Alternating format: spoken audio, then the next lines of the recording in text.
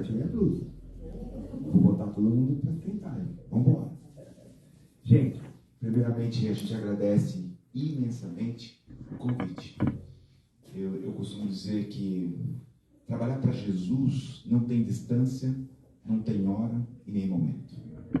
Ontem eu estava na Moca, no domingo de manhã eu estava no Bom Sucesso em Guarulhos, domingo à noite eu estava em um outro bairro de Guarulhos, na quinta passada eu estava no Tatuapé, e essa semana eu vou para Atibaia, e vamos embora para Matilde, e é onde vai chamando e cabendo na nossa agenda, a gente vai atendendo. Então eu estive aqui nessa casa há uns 5 anos atrás, eu estava com saudades, de verdade. Então eu lembrava de alguns detalhes, lembrava muito desse fundinho aqui, né? E eu falei, nossa, que gostoso. E o mais gostoso é saber que a grande maioria de vocês permanece estudando, firme, não desistiram. Isso é o que mais nos alegra, viu? O tema que eu vou falar hoje chama-se, está lá no Evangelho de Mateus 5,37. Algo simples que a gente tira de letra. Fica vendo, ó. Seja então o vosso dizer sim, sim, não, não. Ah, tá lá na palestra. É muito simples. Vamos entender o que Jesus falou no Sermão da Montanha com esse dizer? Seja então o vosso dizer sim, sim, não, não. Veja quantos prismas, quantas conexões vou fazer dentro dessa palestra. Presta atenção, porque hoje vocês vão sair daqui aprendendo quando que eu tenho que falar sim e quando eu tenho que falar não. Primeira coisa, quando a gente fala do sim e do não, Jesus pede para a gente não titubear, não vacilar, falar somente a verdade. Porque quando eu não falo a verdade e eu crio uma mentira, as pessoas olham para nós e dizem assim, mas é verdade? E eu acabei de criar mentira. Aí eu tenho que fazer uma mentira da mentira. Lógico que é verdade. Já observaram? Aqui não acontece. Acontece lá no meu lado de lá. Aqui essas coisas não acontecem. Mas é assim. Eu crio uma mentira e a pessoa fica na dúvida porque a gente titubeia quando fala mentira. E a pessoa olha bem, mas você está mentindo? Está falando a verdade? Não, lógico que eu estou. Então esse é o primeiro chamamento dessa leitura.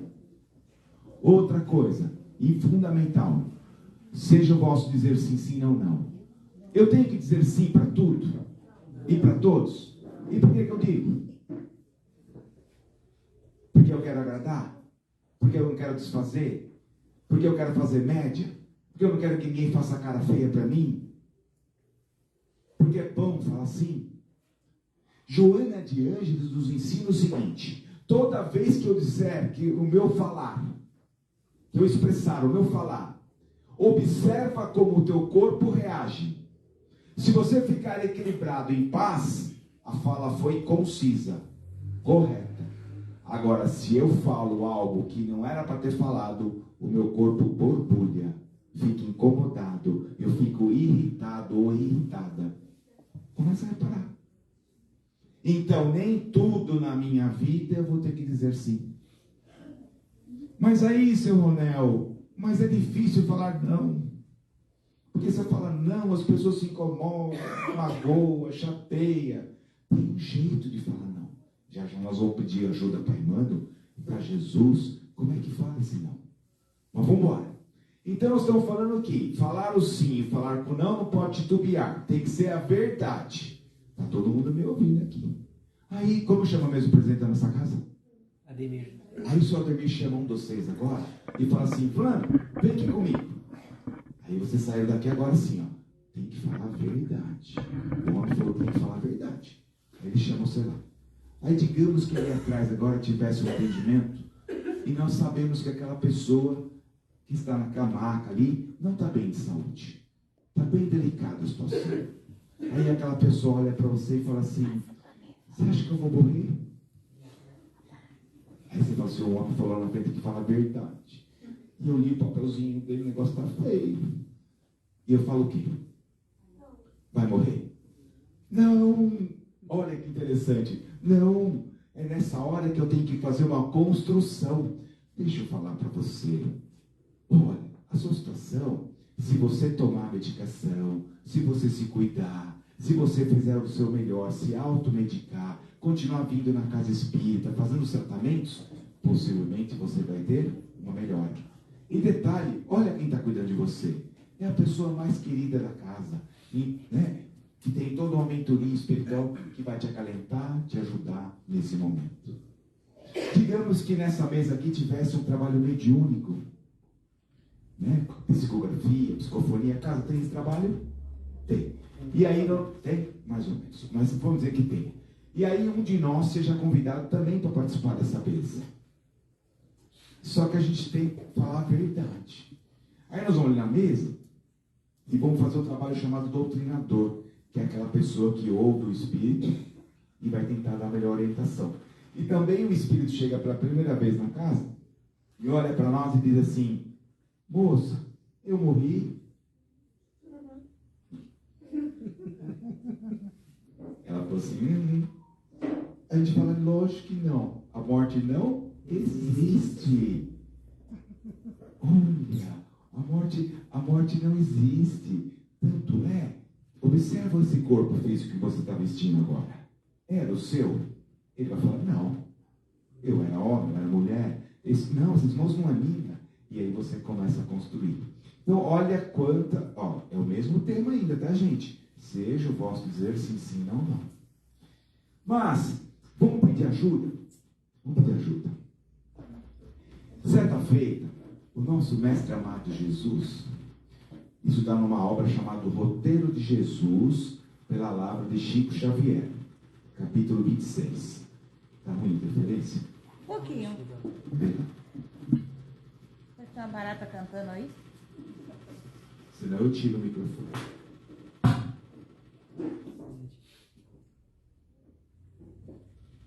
Então deixa o seu microfone. Dá para ouvir?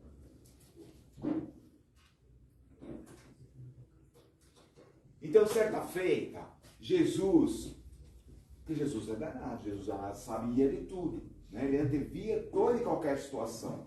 Então, nas suas pregações, como ele fez essa do Sermão da Montanha, nas suas pregações, ele observava sempre as pessoas que se motivavam, as pessoas... Oi, melhorou. Ele sempre observava as pessoas, o jeito, a postura. E ele vinha observando que muitos publicanos da época, quem eram os publicanos da época? Os cobradores de impostos.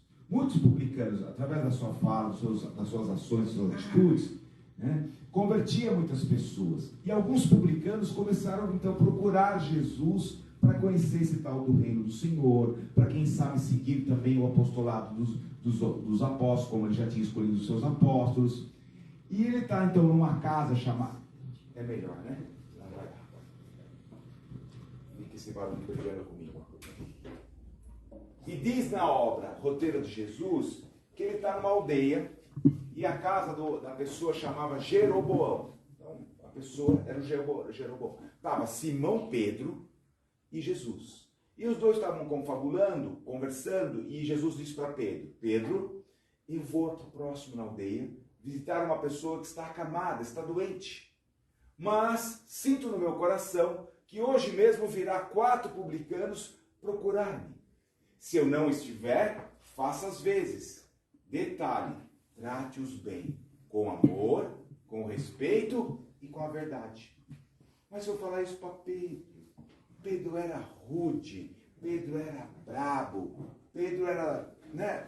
Na primeira fase de Pedro era assim, depois lá na frente a gente sabe, depois ele mudou. E aí o que acontece? Então Jesus vai saindo e os publicanos estão chegando. E Jesus olha e fala: Pedro, olha os nossos irmãos, atende-os para mim. E aí Pedro fica com aquela cara de ué, e cruza o braço nos coisas, e põe a mão aqui assim e fala: pois não. Já começa atendendo bem eles, né? Aí os 4 personagens chegam na frente de Simão Pedro e dizem assim: olha, a gente queria na verdade falar com Jesus. Não, mas fica tranquilo, porque eu vou recebê-los. Eu estou preparado para recebê-los. Tá bom. E ele lembrou a vida de cada um, porque a aldeia não era tão grande, e ele conhecia a vida, o caminhar de cada um daqueles personagens. E na cabeça dele foi passando um filme. Ele falou: então, meu irmão, um chamava Eloá. Eloá, pode falar.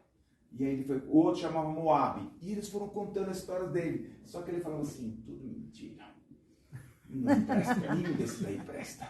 O próximo, E ele balançava a cabeça chacoalhando. O próximo era o Zacarias. O próximo era o Ananias. E os 4 confabularam, contaram a melhor história que eles queriam, que eles estavam motivados por causa dessa transformação de Jesus na vida das pessoas. E eles estavam cansados daquela vida deles e queriam então ter uma oportunidade no reino do Senhor. E aí ele lembrou, trata com amor, com respeito, mas fala a verdade. Aí eles terminaram a pauta e falou, Simão, nós estamos preparados então para seguir o reino do Senhor? Lógico que não. Nenhum dos 4 estão aprovados. E aí eles tomaram aquele choque. Puxa vida, mas por quê? E aí ele vai e aponta o dedo. Você, fulano de tal, matou o seu irmão para casar com a cunhada. Você é joalheiro. E você estoura todo mundo cobrando cada vez mais. Você tem um mini mercado e faz assim. E ele apontou o erro de todo mundo. Ou seja, ele esqueceu o amor e agiu de uma forma aniquilando as pessoas. Esse é outro viés dessa história. Jesus volta na cena, chega da aldeia do lado, entra e vê a cena. E os 4 personagens estão chorando copiosamente. E ele olha para Simão Pedro e diz, Simão, o que houve? Jesus, agi com a verdade.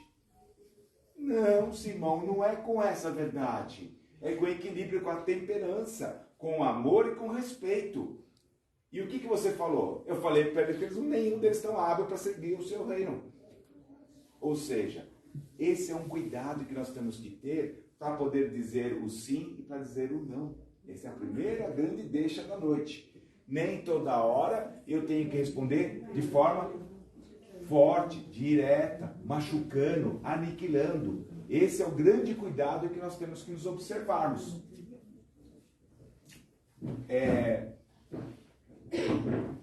Todo mundo aqui já foi criança. Todo mundo foi criança.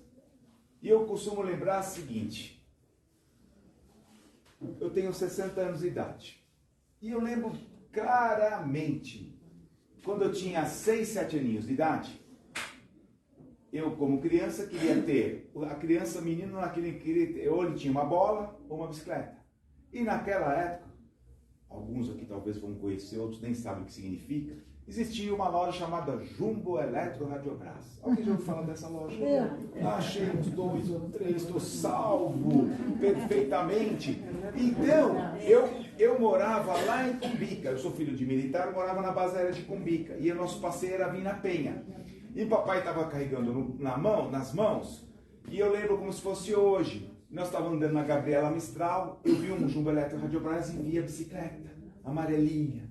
E o moleque fica louco, né? Eu falei, papai, compra uma bicicleta dessa para mim? Ele falou, hoje eu não posso. Papai não tem dinheiro. Ah, pai, papai não tem dinheiro. Mas, se você souber esperar, na hora certa, papai vai trabalhar. Alguém já ouviu falar de serão? Uhum. Eu encontrei uma turma aqui comigo. Hora extra. Se você esperar fazer o serão hora extra, eu vou ganhar mais dinheirinho, porque nem carro ele tinha. E eu prometo para você que eu vou comprar uma bicicleta. Quando chegou em dezembro, esse homem veio de ônibus, que era como ele andava, com uma bicicleta nas costas. Eu saí correndo, como se fosse assim esse corredor, para abraçá-lo. E ele falou, eis aqui a sua bicicleta. Vamos montar para você andar. Por que está gravado nos meus olhos? Pergunta se eu morri, porque eu não tinha bicicleta. Se eu fiquei chateado, se eu batia no chão, esperneava.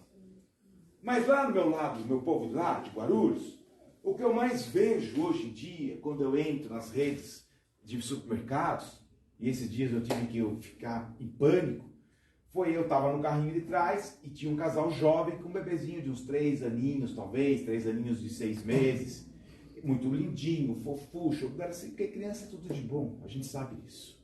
Aí essa criança era assim, ele sentadinho no carrinho, o pai fazia tudo o que ele queria. E a mãe dava peito dizendo, não dá.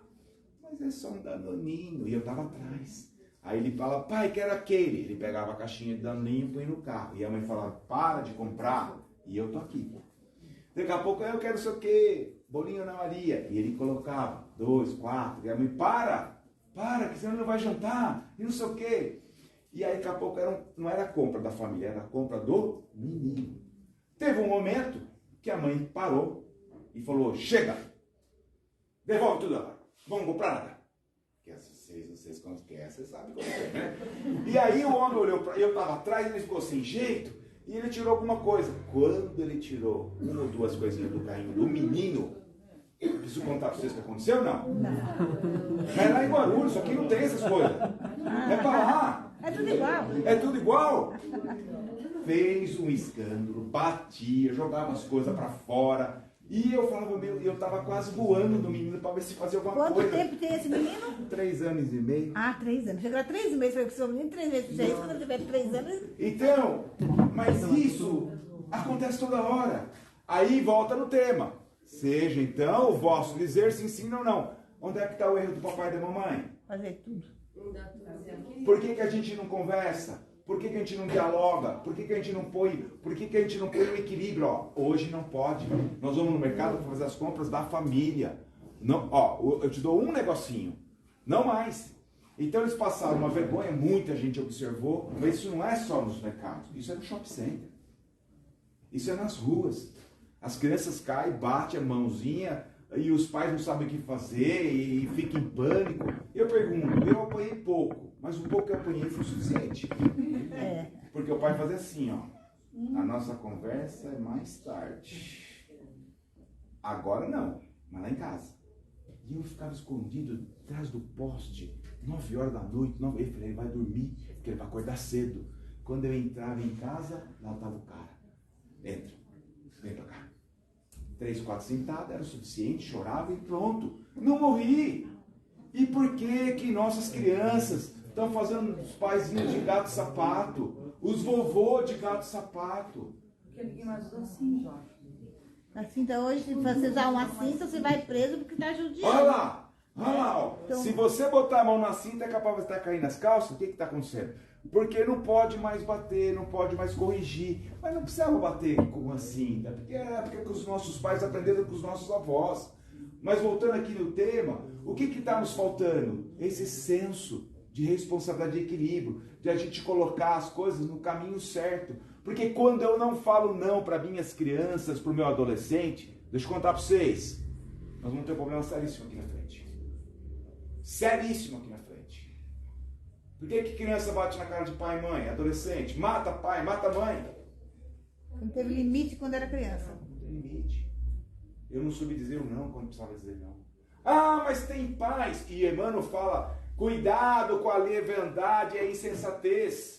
Muitas vezes, papais sabem que os filhos estão fazendo alguma coisa errada, mas está recebendo o benefício dessa coisa errada. Não sei se vocês me entendem. Uhum. Sim. Não preciso aprofundar.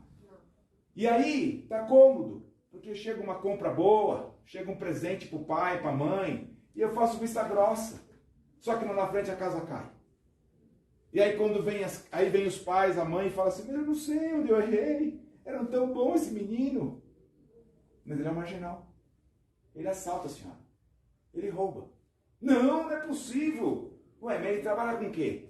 Não sei, ele disse que trabalhava tanto. Entendeu? E o que eu mais observo no diálogo fraterno na minha casa espírita, quando eu tenho a oportunidade de estar lá, é papais e mamães que nos procuram com essa mesma retórica. Seu Ronel, eu não sei onde errei. Eu trazia eles desde pequenininho na casa espírita. Nós é tudo espírita. Vem aqui, conversa. Agora, um está na droga, um está não sei aonde, um ficou assim, ficou assado. Eu falei, qual momento você sentou para conversar com eles? Eu trabalho muito, mas eu deixo ele com a minha mãe. Minha mãe tinha que arrancar a orelha dele, mas a educação não é da vovó, é sua. Desculpa eu tocar nessa temática, tá? Eu sei que eu não volto mais, vocês não vão me convidar mesmo, mas não acontece. Eu tenho que fazer um recado. Eu não posso passar sem deixar um recadinho. Então, ó, seja então o vosso dizer sim, sim, não, não. Essa é a temática mais complicada de mexer nessa esfera. Família. Quer dizer que toda vez que eu sou bonzinho, eu ganho beijo e abraço. E te amo. Você é amor da minha vida, a razão da minha vida. Toda vez que eu falo não, não olha na sua cara. Bate a porta. Bate a porta na nossa casa, hein? Bate a porta, tranca e fala, não entra no meu quarto. Mas que quarto? Você paga a conta? Eu quero saber que conta que você paga para ter o quarto. Porque nessa época era assim com os pais. Mas hoje a casa é deles, o espaço é deles, é tudo deles. Minha filha tem uma empresa de uma revenda da Apple, aqui em São Paulo. E o que eu mais vejo é papais e mamães indo na loja, passando no cartão, em monte de vez, e dá um iPhone 14 para a criançada, 13 para a criançada. O que eu mais vejo, porque eu reparo, quando você está numa mesa, e essa é uma briga nossa, porque a alta tecnologia tomou a nossa vida, invadiu os nossos seres, nossa época não tinha, como era gostoso sentar, não sei se alguém curtiu essa fase, mas eu morei em bairros que eram bairros, que a gente jogava queimada, que a gente pulava taquinho, amarelinho, todas essas coisas. Punha cadeirinha na porta da casa, conversava, levava o bolo do vizinho, minha mãe fazia o bolo, eu ia levar na vizinha. Aí a vizinha mandava um negócio e trazia ele embora. Depois ele era gordinho, já ia comendo, né? Aí vinha menos. Filho, quanto ela mandou? Eu não sei, acho que era 3, mas eu já comi. Era assim, mas hoje ninguém cumprimenta ninguém, ninguém olha na cara de ninguém. Quem mora em praia sabe disso. Minha mulher fica brava, fala, para de cumprimentar o povo. Não, eles têm que cumprimentar. Bom dia. Só se funciona. Não é bom dia, boa tarde, boa noite. Mas para com isso, gente. Vamos voltar na retórica aqui. É isso que eu quero que vocês entendam. Nós não podemos deixar passar isso, gente. Isso é fundamental na vida de vocês. Se a gente quer um Brasil melhor, uma sociedade melhor, começa na base. Na moralidade. Não adianta eu vir aqui na Casa Espírita e receber um monte de informação. Conhecer o Evangelho de cor salteado. Mas na hora que eu tenho que vivenciar a prática do meu lar, com aqueles seres que não está nada errado, eles estão ali porque tem um propósito, eu não consigo conduzir. Deixa eu lembrar vocês, o dia que nós retornarmos, não era para contar isso, mas um dia nós vamos morrer. Morre, desencarne, vai embora. E o dia que nós retornarmos, a única coisa que será perguntado a cada um de nós é: o que fizestes dos dons e virtudes que eu te emprestei? Não é meu? Não, empréstimo, usufrutuário. E o que fizestes dos filhos que eu te prestei? Põe a mão na consciência. Eu dei tudo que podia. Vamos pensar, tá, gente? Vamos pensar porque é muito sério. Mexi com vocês, né? Agora eu vou deixar a Emmanuel falar. E até agora foi o Ronel. Vamos ver se ele pega mais levinho para dar uma suavizada. Pão nosso. Alguém já viu? Já estudou? Já leu? Quem não tiver tem biblioteca e tem... Vamos comprar, vamos adquirir, que é importante. Essa fala nossa, ela está no capítulo 80, dito por Emmanuel e por Chico Xavier. E diz o título assim: o não e a luta. Até Emmanuel fala, o não e a luta de falar o não. E ele ensina o seguinte: ama de acordo com as lições do Evangelho, mas não permitas que o teu amor se converta em algemas, impedindo-te a marcha para a vida superior. Cuidado com a forma de expressão de amor. Sabe por quê, seu Ronel? Eu não tive nada. Eu passei necessidade. Então eu dou para ele tudo. Eu dou para ela tudo. Aí depois fica mais velhinho e eles vão embora. Porque eles vão embora mesmo. Não tem jeito, sai do ninho. Aí depois reclama para mim, ele me abandonou. Nem em casa vem mais. Não, aqui não acontece, é lá para lá de lá. Não vem em casa, vem cá. Filho, tem que pedir pelo amor de Deus, filho, você não vem em casa, traz os netos. Ih, mãe, hoje nós vai viajar, não vai passear, nós vai na Romaria, vai no jogo do Corinthians, não tem tempo. Então, cuidado, ama de acordo com o Evangelho, mas cuidado. Ajuda a quantos necessitam de tua cooperação. Entretanto, não deixes que o teu amparo possa criar perturbações e vícios para o caminho alheio. É Emmanuel falando, tá, gente? Agora, atende com alegria ao que te pede o favor. Entende? Mas, contudo, não cedas a leviandade e a insensatez. Não entendi isso, Ronel. Pode ser mais claro? Lógico. Ó, trabalhando numa empresa como a de vocês, certo? Alguém lhe pede um favor, chefe, colega, mas desse favor tem algo que não é legal. Alguma coisa que, de repente, alimentar uma mentira que não é legal, uma fofoca que não é bacana. Eu vivi isso numa empresa. Aconteceu um negócio muito desagradável.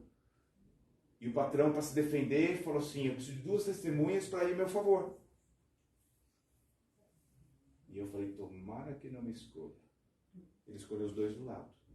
E um prontamente levantou, foi lá e testemunhou a favor. Erroneamente testemunhou porque ele foi beneficiado.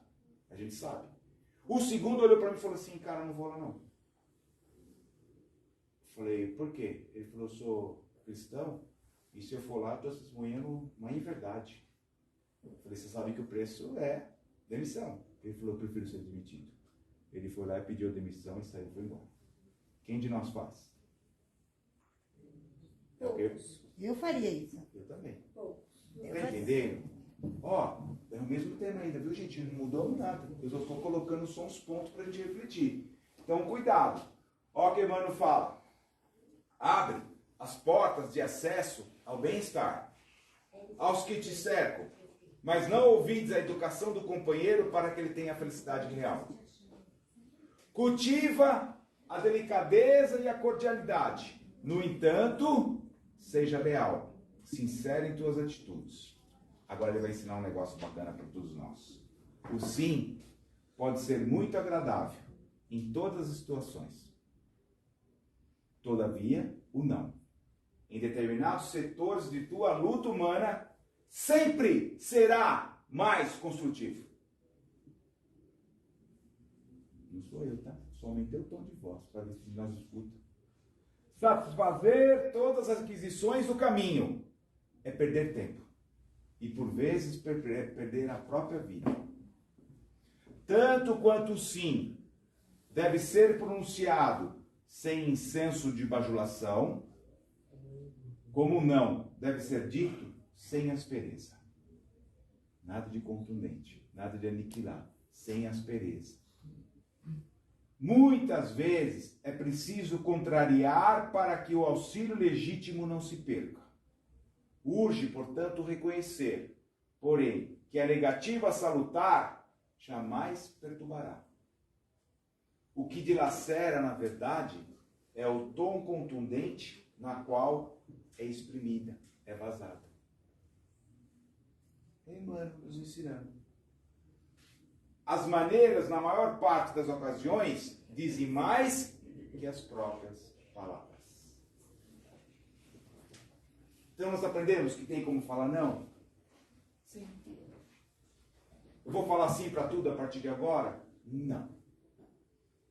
Não precisamos mais titubear. Não precisamos mais mentir. Nós temos que ter liberdade, gente. Como que a gente fala não com certas situações? Hoje eu não posso. Hoje eu não consigo. Hoje não dá. Mas não vai faltar a oportunidade. Vamos analisar um momento propício e a gente vai... Pô, mas queria que você... Você sempre disse sim para mim. O que aconteceu? Você não gosta mais de mim? É a primeira coisa que ele faz. Não gosta mais de mim? Tá bravo comigo? Chateou? Não, hoje não dá. Hoje não tem condições. Vou pegar meu caso específico. Eu faço 160 palestras, 170 palestras no ano. Por todo o estado de São Paulo. Eu não tenho mais agenda. Faz tempo que eu não tenho mais agenda. Mas o povo me liga. Seu Ronel, vem aqui. Eu falo, hoje eu não consigo. Minha agenda já encerrou. Aí o que eu fiz? Eu achei um monte de gente boa que queria uma oportunidade como a minha. E eu lancei 10 afiliados. E eu tenho 10 afiliados levando palestra para tudo que é lugar para me ajudar. Porque eu não consigo mais. Então a pessoa não fica chateada, entende. E a gente, quando tem condições, a gente volta.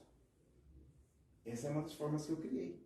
Mas isso é para nossas vidas, gente. Lembra de Joana que ela falou? Quando eu tiver que expressar a minha fala, repara o tom que eu falei e repara o meu corpo como ficou, como eu reagi o meu corpo. Está em paz, está em equilíbrio? Posso ir embora para casa em paz? Vou dormir em paz? Legal.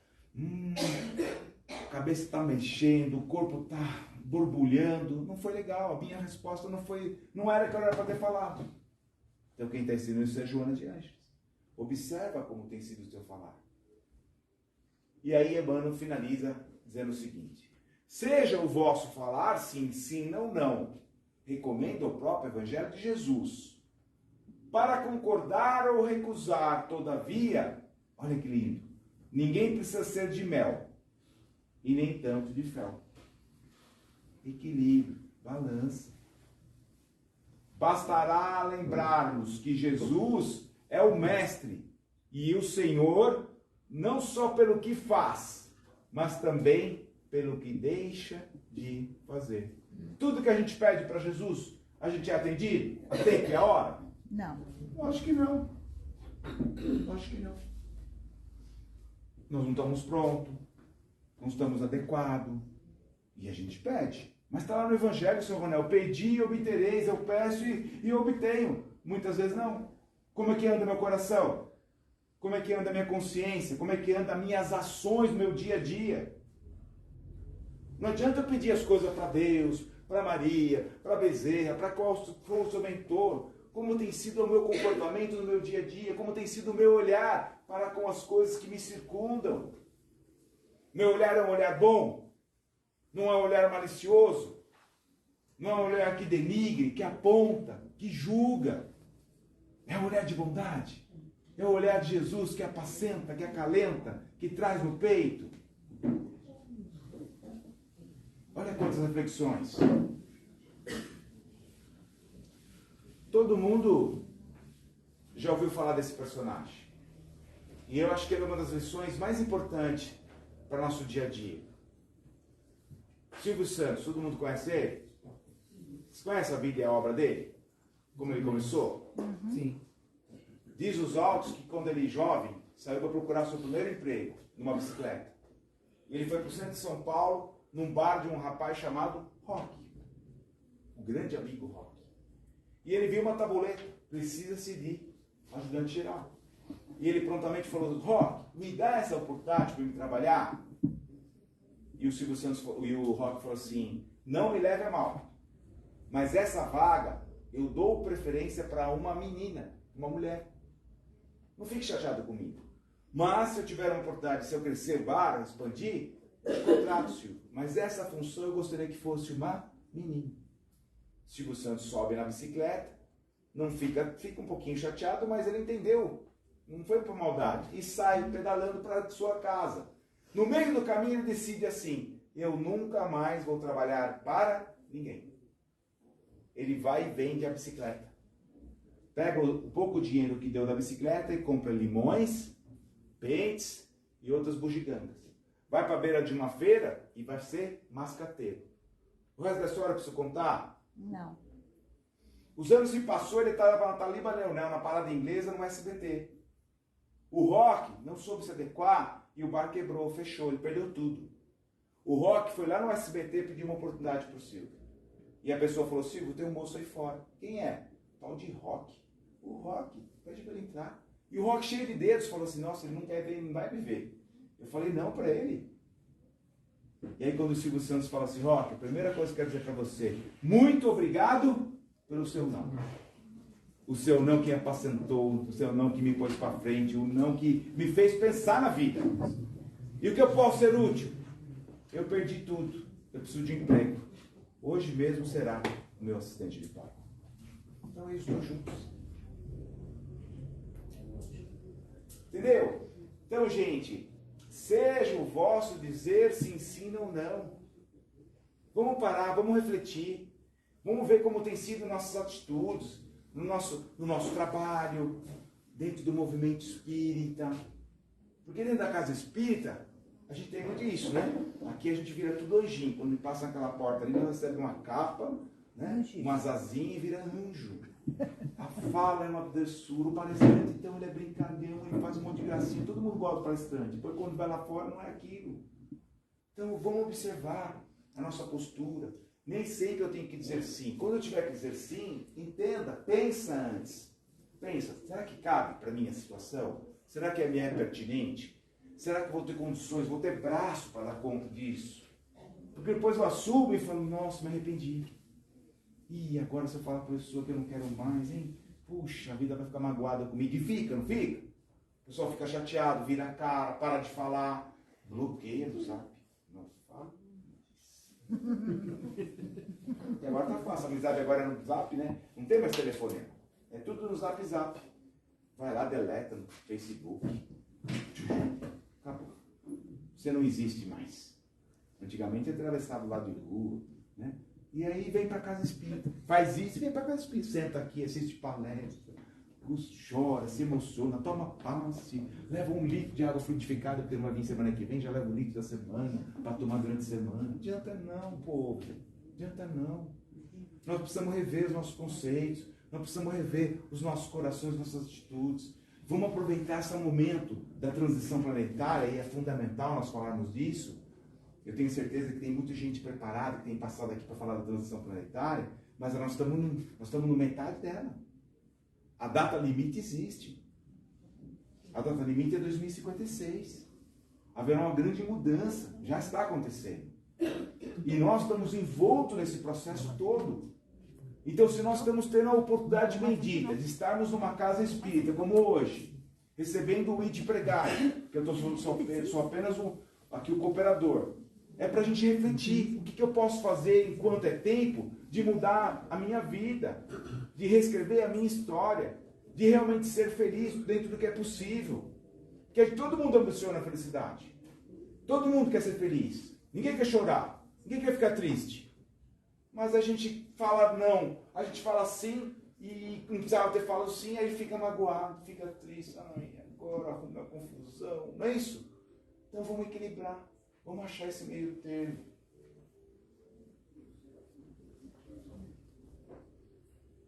O ano passado, quanto tempo eu tenho? 45 minutos? Mais 10. Tá bom. 1 hora. Tá bom. 1 hora? Não, tem que respeitar o protocolo. O ano passado, então deixa eu voltar um pouquinho. Eu trouxe uma obra aí fora que ninguém é obrigado a comprar. Não quero que ninguém diga assim para mim. Essa obra chama Prática do Amor. Como é que essa obra nasceu?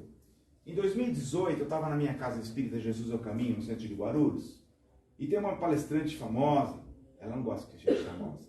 A gente fala que ela é famosa, ela fala que não precisa nada disso. Chama-se Heloísa Pires. Alguém já ouviu falar? Filha do Herculano Pires. Esse Pires aí eu conheço. Ela É parente da Chica. Ela tem 82 anos de idade. Ela fala para mim assim, filha, eu não sei nem o que é dor de cabeça. Nem unha, meu pé dói. Nesse exato momento que eu estava conversando com ela aqui, ela está fazendo uma palestra. Ela faz palestra dia sim, dia não. Por todo o Brasil. Viaja. Internacional, nacionalmente. 82 anos. Ah, mas ela não casou. Casou. Teve filho, 5. Teve neto, 9. Filho com câncer, 3. E está firme e forte. Então ela me ensina muitas coisas. Em 2018 nós nos encontramos na Casa Espírita, da mesma forma que vocês gentilmente me levaram ali, eu tomei um chazinho, na nossa casa a gente leva para tomar um chá. E entre uma conversa e outra ela falou assim, filho, carinhosamente ela chama a gente de filho, você, como que anda as suas obras sociais? Eu falei, cada vez mais envolto, muitas atribuições, a caravana cresceu muito, esse livro vai falar da caravana. E ela falou, me conta um pouquinho das histórias. E eu comecei a contar alguns causos da rua, do dia a dia, dos moradores de rua. E ela ficou encantada. Filho, tem que pôr no papel isso. Tem que transformar isso em livro. Você tem muito conhecimento. Motive pessoas a sair da zona de conforto.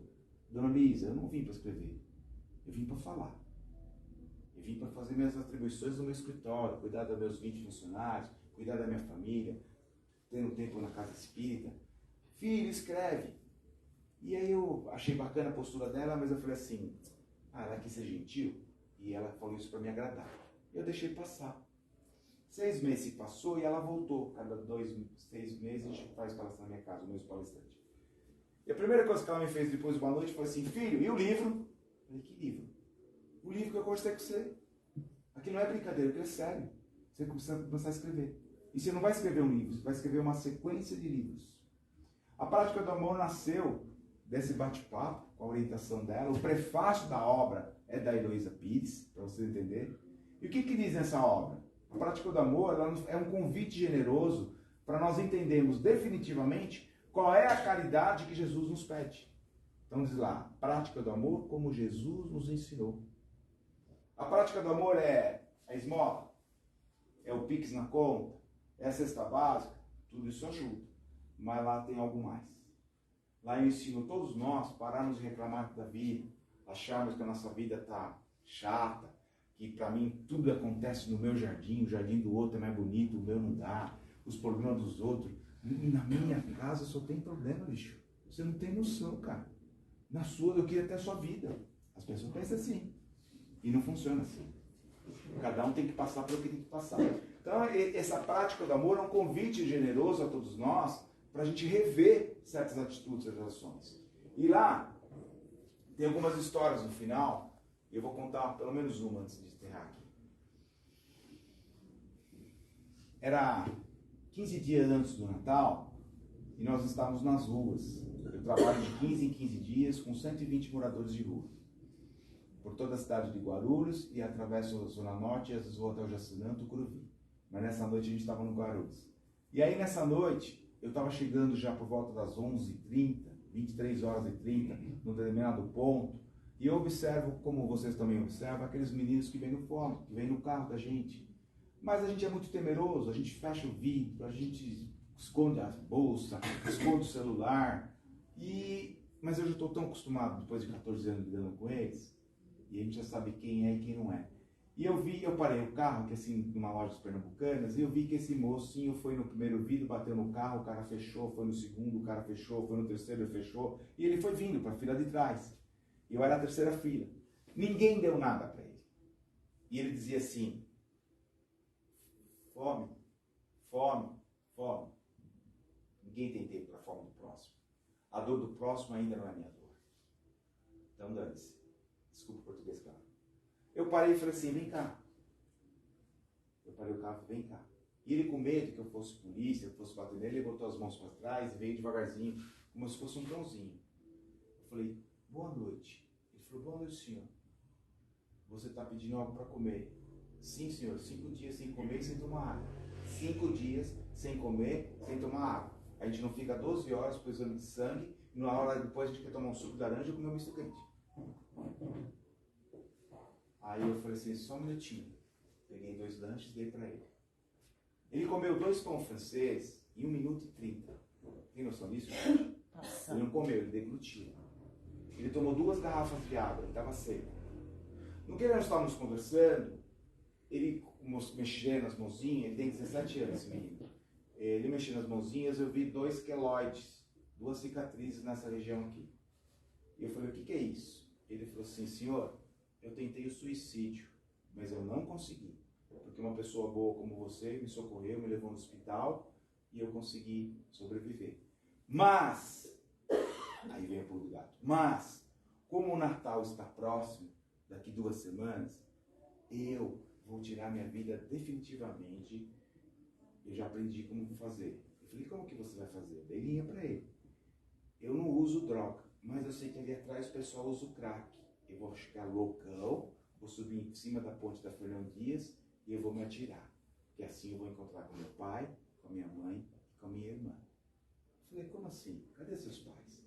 Nós viemos do sul de Minas procurando serviço na cidade de Guarulhos, na casa de uma prima nossa. Nosso carro capotou, eu perdi meu pai, minha mãe e minha irmã. Eu consegui ser resgatado, fui para o hospital de Mariporã, depois me mandaram para Guarulhos, eu nunca encontrei minha tia, eu estou nas ruas faz 5 meses. Eu não tenho dinheiro, não tenho documento, eu estou perdido. E aqui nessa rua o senhor não tem noção como é. Eu falei, lógico que eu tenho noção. É frio, é invisível, é maltratado, é humilhado, mas eu vou te ajudar. Como você se chama? Eu preferia não falar. Não quer falar? Qual é o seu apelido? Di menor. Isso está no livro. Di menor. Tá bom, Di menor, a gente a respeita. Di menor. Di menor, então vamos lá, ó. Seguinte, primeiro, você não vai tirar a sua vida. Por quê? É a única forma de encontrar meus pais. Eu vou encontrar com eles estão lá com Deus, e eu me atirando, eu morro e vou encontrar com eles. Falei, então, não é assim que funciona, querido. E aí nós tivemos que conversar, explicar. E ele falou, é assim? Tal. Falei, vamos fazer o seguinte, eu tenho um compromisso com você. De hoje para 2 semanas é o tempo que eu vou mexer os pauzinhos para arrumar uma clínica para você. Porque ele falou que não estava usando, mas ele estava usando droga. Eu preciso zerar você, deixar você limpinho. E aí eu vou te preparar a documentação, eu vou te devolver para a sociedade, se necessário for, eu vou te mandar para a sua cidade.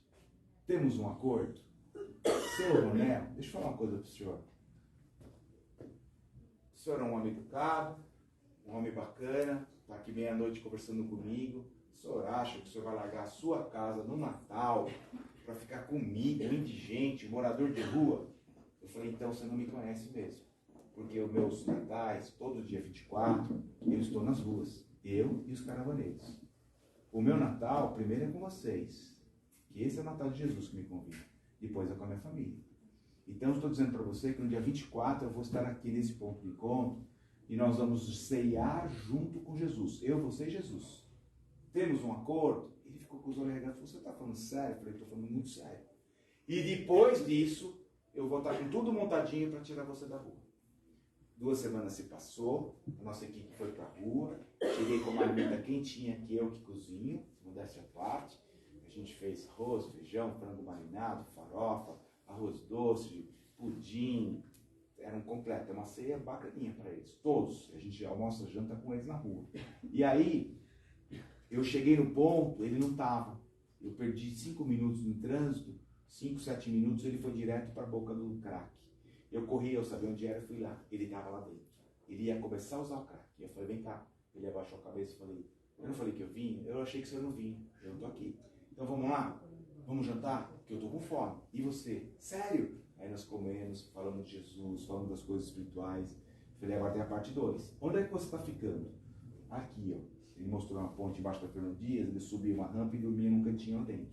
Falei, amanhã cedinho, 7 horas eu venho te pegar. Que você vai comigo embora para a clínica. E depois disso, quando estiver tudo certinho, eu vou te colocar novamente na sociedade. Eu não dormi à noite. Passou o Natal, de manhã cedo eu acordei e fui correndo lá para buscar ele. Cheguei lá e não estava. Mas ele deixou um bilhetinho com um amigo dizendo assim, senhor Ronel, é o de menor. Obrigado por você ter me mostrado uma visão que eu não tinha. Obrigado por você ter apresentado um Jesus que eu não conhecia. E hoje eu tomei coragem, estou subindo a Fernão Dias, pegando uma carona, e eu estou voltando para o sul de Minas, porque lá eu me viro e encontro meus familiares. Então foi isso que alertou minha vida. Esse foi um grande divisor. Porque eu comecei a entender que a dor do meu próximo é a minha dor. Não dá para a gente encher a barriguinha, tomar caldinho quente daqui a pouco, botar cobertor com tanta gente necessitada. Mas esse é um dos viés que eu trabalho. Eu também cuido de um asilo, Simão Pedro, com 13 lindas vovós. E para o ano que vem, a gente está montando uma casa de passagem para crianças e famílias com câncer na cidade de Guarulhos. Que tempo que o senhor dorme? Quando dá. Que tempo que você trabalha? Bastante. Por quê? Porque eu só tenho 60 anos e ainda falta mais ou menos uns 25, 30 para trabalhar igual nosso amigo aí. E nós temos que deixar um legado. Cada um de nós um dia vai ter que retornar. Não tem jeito, meu moço. E tudo que a gente puder fazer de bem para o outro, sem olhar, fazer porque é gostoso, porque é prazeroso, isso é incomensurável. Cada vez que eu termino uma palestra, os aplausos de vocês vão bater pausa já para Jesus, não para mim, e alguém me diz assim no particular, hoje essa fala foi para mim, hoje esse tema foi para mim, hoje você tirou uma dúvida que eu tinha e não sabia como fazer. Semana passada alguém escreveu para mim no Facebook, seu Ronel, esse tema coragem foi esplendoroso. Há 2 horas antes da palestra eu tentei de todas as formas o suicídio e eu não consegui, não tinha coragem. Aí eu vi o seu tema coragem, fui na casa espírita, onde o senhor estava falando? E aí eu senti vergonha de achar que eu ia tirar minha vida e resolver meus problemas. E eu entendi que na verdade eu era um covarde tentando tirar minha vida. E hoje eu aprendi que a verdadeira coragem é com galhardia, com trabalho, arregaçando as mangas e reescrevendo a minha história um dia de cada vez. Gente, vocês não precisam acreditar nada que eu falei, mas eu espero verdadeiramente que um pouquinho que a gente deixou no coração de vocês seja suficiente para vocês recomeçarem as suas semanas, para vocês voltar para os seus lares mais motivados, mais esperançosos. E pode acreditar, cada um de vocês é importante na seara de Cristo. Cristo conta com cada um de vocês. Cristo conhece cada um de vocês no olhar, na forma, nas ações. Se eu ainda erro, faz parte, estou no processo, mas eu tenho que me esforçar para melhorar, para me aprimorar. Né? Há 30 anos atrás, eu sentava igual vocês aí, nas casas espíritas, e achava lindo as pessoas falando aqui. E aí eu brinquei com ela agora há pouco, quem senta na frente eu pergunto. E aí às vezes o palestrante fala assim, vamos perguntar. A gente se esconde na cadeira, pelo amor de Deus, só falta aquele senhor, né? E hoje eu estou aqui na frente, né? Falando para um monte de gente. Mas qual é a nossa tarefa hoje, que eu já entendi? Transformar vidas. Abrir os olhos de vocês. Então a primeira obra é a prática do amor. A segunda prática chega, o segundo livro chega em agosto, é um novo olhar para a vida. O terceiro livro já está pronto, chama Palavras que Edificam. O quarto livro está pronto, O Tempo que Urge. E o quinto livro está pronto, Momentos Adversos. Que hora só faz isso, seu Ronel? Das 3 às 4 da manhã. É a única hora que sobra. Então, gente, a dona Luísa tinha razão. Mas eu não sou escritor famoso, nem quero, não estou aqui para... Estou querendo dizer para vocês o seguinte, quando a gente tem vontade, quando a gente tem disposição, a gente pega um tema bíblico, seja o vosso falar sim, sim, não, estuda. E aclara a minha mente e aclara a vida de vocês. E se isso for suficiente para vocês e for bom para vocês, legal, Jesus agradece. Era isso que eu tinha para vocês. Muito, muito obrigado pela paciência e pelo carinho. E espero que os aplausos sejam para Jesus bom. Para mim não precisa. Tá bom?